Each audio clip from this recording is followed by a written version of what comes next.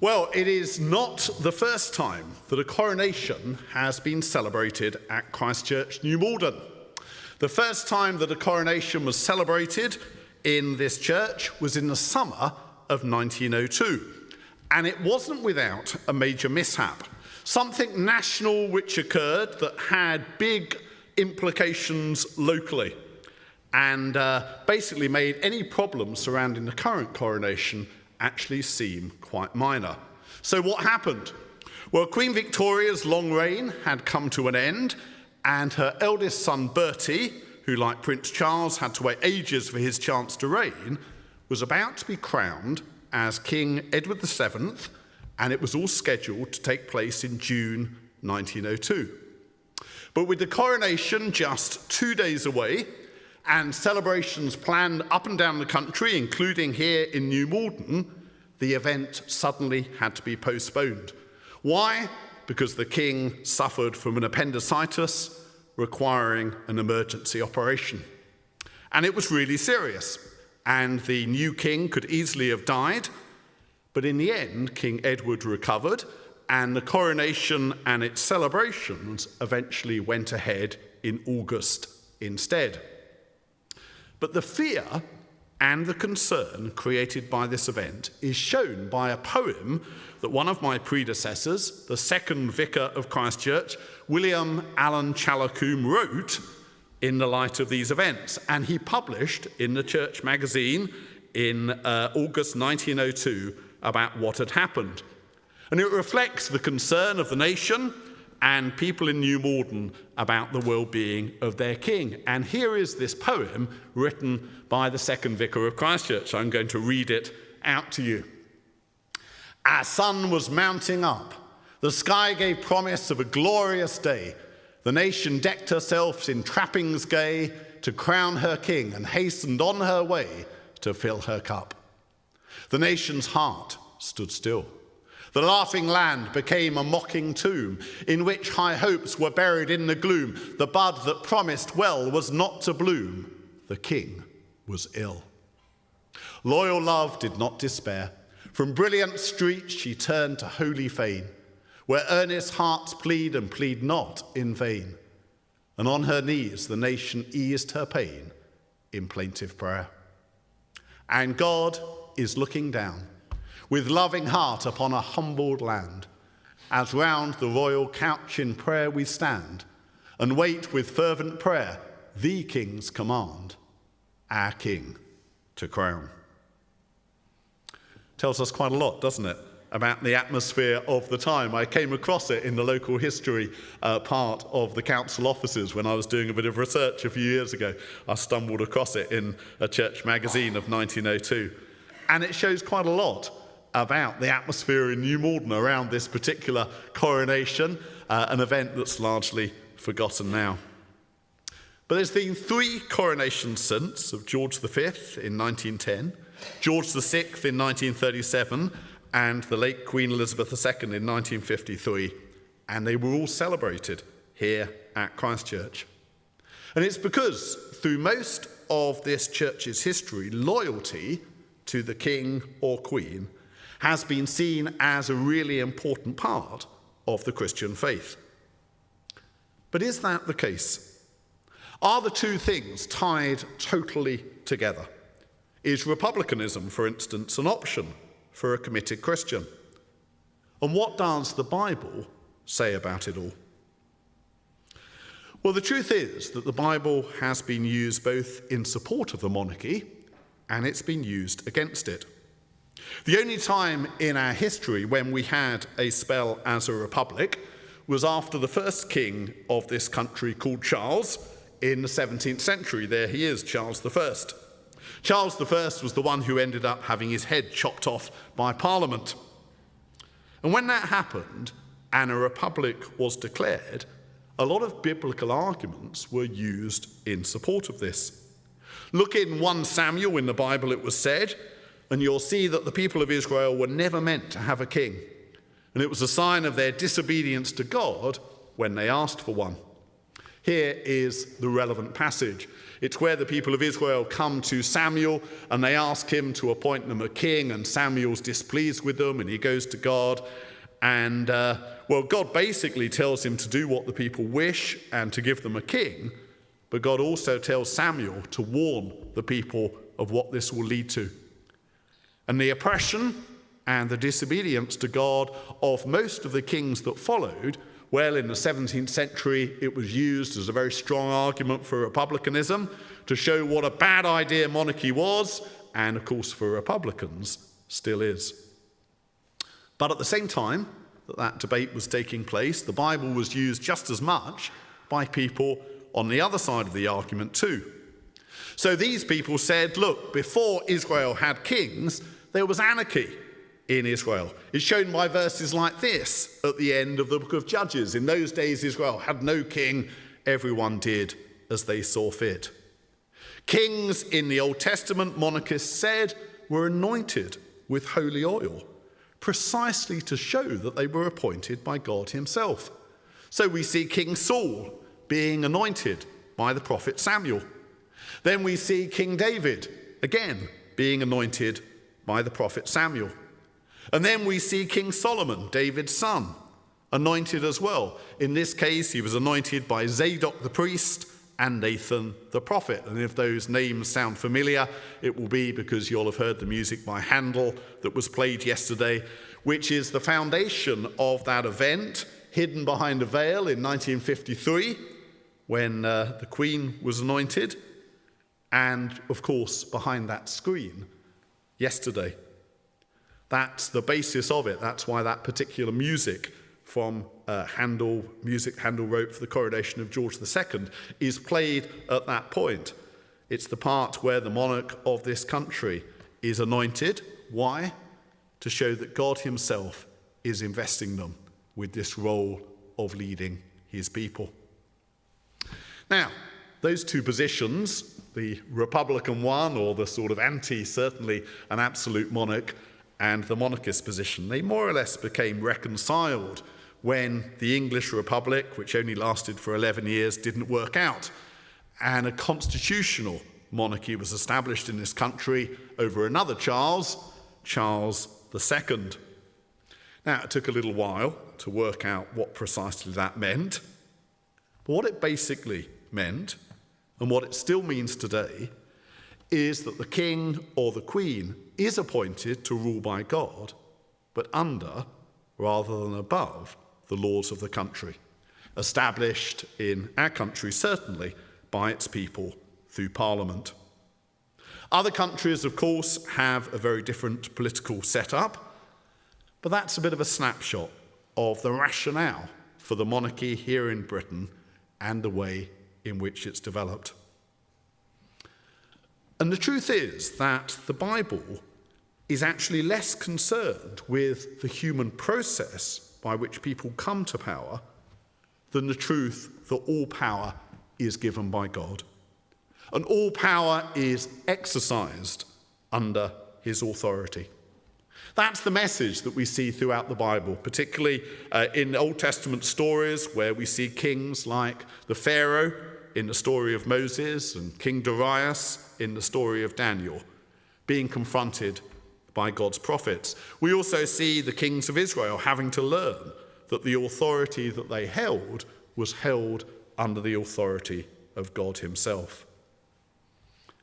And the ultimate demonstration of authority in the Bible is what we're still celebrating in this season of Easter. Easter is meant to be a 50-day celebration of course, the resurrection of Jesus Christ. And when Jesus was executed, he was executed under the authority of the Roman emperor, the Emperor Tiberius, the super king of the Roman Empire through his representative Pontius Pilate. But Jesus didn't stay dead, did he? When God raised Jesus from the dead, God declared that he alone is sovereign over the world through his anointed King, Jesus Christ. And that's why the risen Jesus says to his disciples and to all of us at the end of Matthew's Gospel these words: all authority, not just some authority, all authority in heaven and on earth has been given, Jesus says, to me. And the rest of the New Testament is basically all about how followers of Jesus work out what that means. What does it mean that Jesus has all authority? The rest of the Bible, as I say, the rest of the New Testament is basically working out in lots of practical ways what that means in practice. And just one important part of that, it is just part of it, but it's an important part of it, is how we relate to those people who retain authority in this world under the supreme authority of Jesus Christ. And that's where passages like that one that we had read to us earlier by Kate from Romans 13 come in. That passage that tells us to submit to the governing authorities. Why? Because they're established by God. But the crucial part of that passage is where it declares that the one placed in such authority is a servant of God. In other words, his or her authority is strictly derived, it's strictly delegated from the authority that God himself possesses in Jesus Christ over the whole of this world. Monarchical authority, and any other authority in this world, is to be taken seriously, this passage is saying, and proper submission is to be made to it, precisely because it is an authority delegated by the God who wants there to be order in this world rather than chaos. And that's why what happened yesterday in Westminster Abbey is important. Particularly at that point, too sacred for it to be televised or even witnessed, really, certainly by many people, where King Charles was anointed with holy oil. To demonstrate that just like his mother and every other British monarch before, he was being given this awesome responsibility by God to care for his people. Queen Elizabeth II was, as many of us know, a really devout Christian. And when her Christian faith really developed isn't really that clear. It may have been something that just steadily developed through her life from when she was a child and just gradually progressed. Some people believe it was the visit of the American evangelist Billy Graham to Britain early in her reign in 1954 that made a particular difference to her. But alongside those things that we don't really know that much about, it does seem that the point where she was anointed at her coronation in 1953, and certainly she spoke about this very powerfully, it does seem that that was a really crucial moment in bringing home to Elizabeth II the reality of God and the responsibility that God had given her to exercise a delegated part of his rule over the world. It's said that the late Queen Elizabeth once expressed the hope that Jesus would return before she died. And when she was asked to explain why she said that, she said it was because she wanted the experience of being able to cast her crown down before him alongside the other rulers of the world. Now that didn't happen. She did die before Jesus returned. But the fact that Queen Elizabeth looked forward to that moment really shows everything about her attitude to the authority and the anointing that she had received. So how do we respond to the coronation of King Charles III yesterday? Well, in the first place, in the light of what I said, I think it's got to be by re-acknowledging that point. And it was actually made, if we were attentive to it, throughout the service yesterday, if you were watching it, that all authority in this world comes from God through his anointed Son, Jesus Christ. That was emphasized actually throughout the service yesterday. The word Christ is one we can get so used to that we don't particularly reflect on what it means. But the word Christ, as those of you particularly doing the Paul course know, the word Christ means Messiah, and it literally means anointed one.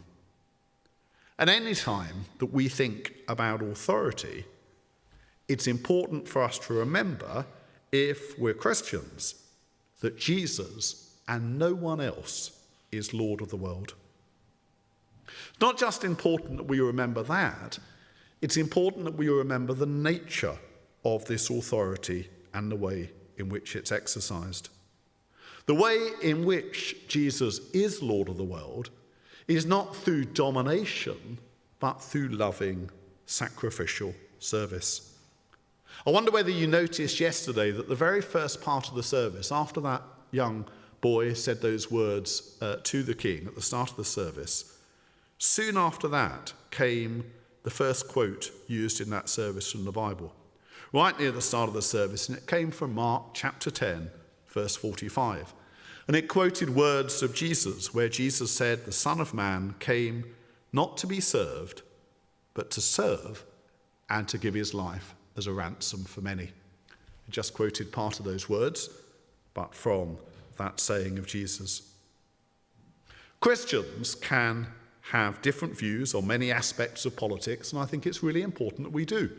Christians aren't meant to be monolithic. I think we are meant to debate these issues and argue for different points of importance, and that includes the monarchy. But the one thing that all Christians are meant to be united on and live by is the truth that all authority in heaven and on earth has been given by God to his anointed Son, Jesus Christ. How we work out what that means below that is secondary to our agreement about that principle. But having acknowledged that, a second important thing that I believe we need to do in the light of the coronation is to pray for and support our anointed King Charles. All human beings, without exception, are flawed. Of course they are. Every monarchy, every republic, every political setup is flawed one way or another. All human beings are flawed as well. Every king or queen that's ever existed, every president or prime minister. But God nonetheless calls people, representing both of these aspects of life, flawed institutions, flawed people. God calls people to hold responsibility beneath him according to that model of sacrificial and self-giving service that he perfectly revealed through his Son, Jesus Christ. It's very easy, the easiest thing in the world really, to rubbish leaders and to pick holes in them. We can do that very easily with any leader that we choose to do that to. The much harder thing is to pray for them. The much harder thing is to support them in being or becoming the leaders that God wants them to be. King Charles has had, in many ways, a very privileged life. But in other ways, he's had a very lonely life, a very difficult, disappointing, and troubled life. And part of our task is to pray that God will redeem those experiences. That's the amazing thing about the God of Christianity. He is a God who takes sometimes the most tragic experiences and redeems them by bringing good out of them somehow. And we've got to pray that God will use that, plus the king's gifts and insights, his strengths and virtues. We've got to pray that God will use all of that for the good of the people of this country, the Commonwealth, and indeed other nations as well. That's a responsibility that I believe we have. But finally, responding to the coronation and this whole subject of authority is a chance for every single one of us as well to reflect on our own responsibilities to the authority that we have been given by God. Because every single one of us here has actually been given delegated authority by God. That's what God does. He delegates his authority to human beings, people like you and me. Many of you here, for instance, hold the God-given authority in your lives to be parents or to be grandparents. That is one of the most important God-given delegated authorities that exists. But of course, there are other spheres of life as well. If you have any authority in the workplace over anyone at all, any responsibility for anyone, that is a God-given delegated authority to be taken with the utmost seriousness. But of course, there are other more informal, unofficial positions of authority that we often hold in our lives as well. If we're a baptized follower of Jesus, which I think probably goes for virtually all of us, if not all of us here today, then we've also been anointed. The New Testament makes it clear that anointing is part of what happened when we were baptized. That's why it's sometimes called being christened. And when we're baptized, we're being given the authority and the responsibility to act on behalf of God in our daily lives. And once again, the model for that authority is not to be in any way domineering, but that model of sacrificial, servant-hearted service that God revealed so perfectly in his Son, Jesus Christ. So that is a third but important aspect of reflecting on what happened yesterday. Coronation Sunday is a chance for us to celebrate together, and that's great. That's what we'll be doing later on, where we share food together. And I was saying to Tim just a few moments ago, do reinforce the fact that even if you haven't brought any food along, that doesn't matter. There is always enough food to go round. I said in an email to the congregation yesterday, the feeding of the 5,000 was the last recorded time that a Christian event undercatered. Even that was put right pretty quickly, wasn't it? So do stick around, because it's important to celebrate together. And people here have brought food from various regions, which is just totally and utterly fantastic. But it is also a time, as well as celebrating, to think seriously about authority, to take a mature response to authority. The Republicans, they make some really good points that we need to listen to. The monarchists make really good points that we need to listen to. We need to have debate about all of these issues and put them together and say, what is the very best thing that's being advocated by the different sides? What's the thing that they're most concerned to preserve and safeguard? And we've got to take that seriously. That's an important part of being a mature democracy, listening to one another and always seeking to develop and amend our political systems to make sure they're working as effectively as possible. But it's an important time to think seriously about authority and who it ultimately belongs to, who it's delegated to, and what our role is in this, so that we ourselves can be really faithful followers of the ultimate Anointed King. It's always a time for us to reconsider our commitment to being a follower of the ultimate Anointed King, the Son of Man, Jesus, the Messiah, the Anointed One, who came not to be served, but to serve and to give his life as a ransom for many.